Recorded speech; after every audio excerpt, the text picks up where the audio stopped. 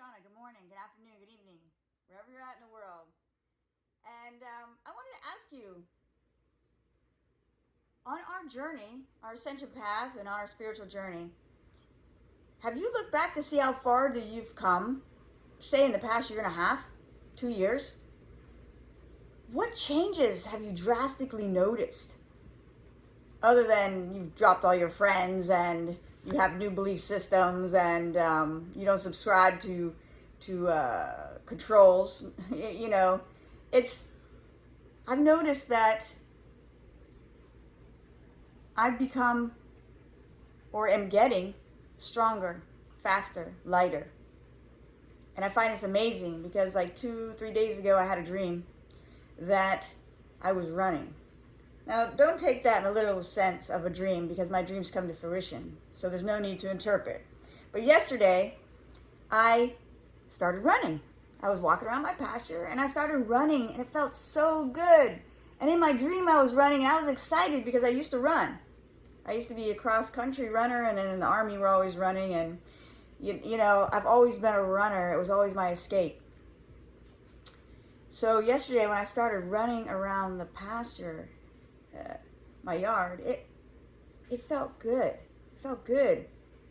And, all I do is walk. Every once in a while, I do a plank or something.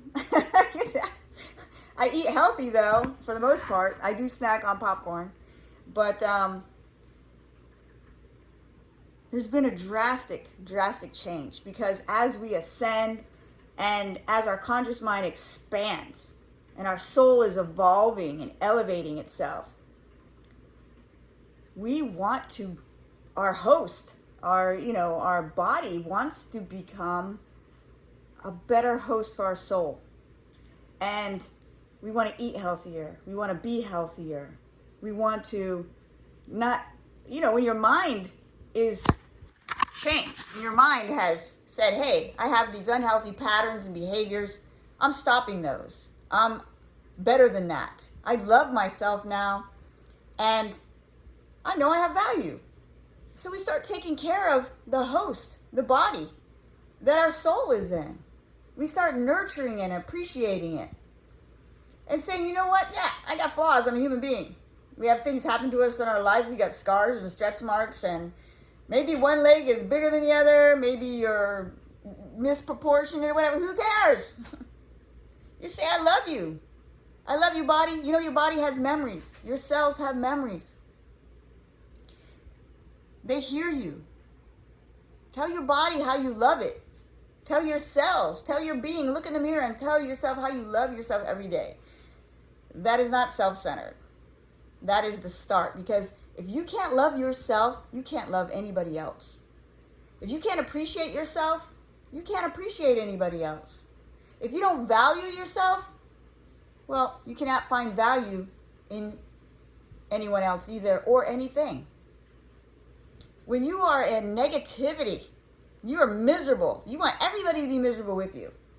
You will attack and be nasty to everybody. You are attracting that to you. You have to be very cautious of your thinking. Your thoughts do form into existence. They will find their way to you. So be cautious of how you're thinking, even in these times. And these times are what? As a time to isolate, to get to know yourself again. Yes, people are getting sick, but you know what? People are also getting healthy. People are dying, but you know what? That's part of life, and that's nothing to fear. Death is a transition, and you need to stop being afraid of it. And if you're sad because one of your relatives passed away, it's probably because you're guilty because you never paid any attention to them. If you spent time with your family and your friends, you wouldn't have any guilt. So stay out of the lower forms, the lower vibrations. Fear, guilt, shame. Ascend up into love. Willingness. Willingness to change your behaviors, to become a healthy person, a better person, the best version of yourself. Because as you notice it in yourself, you're going to notice it in other people, right? And that's how the world changes. When you start to see other people as you see yourself, and that's how people do see yourself, but when you start to love yourself, you start to see love in everybody else. That's all I have to say. God bless you.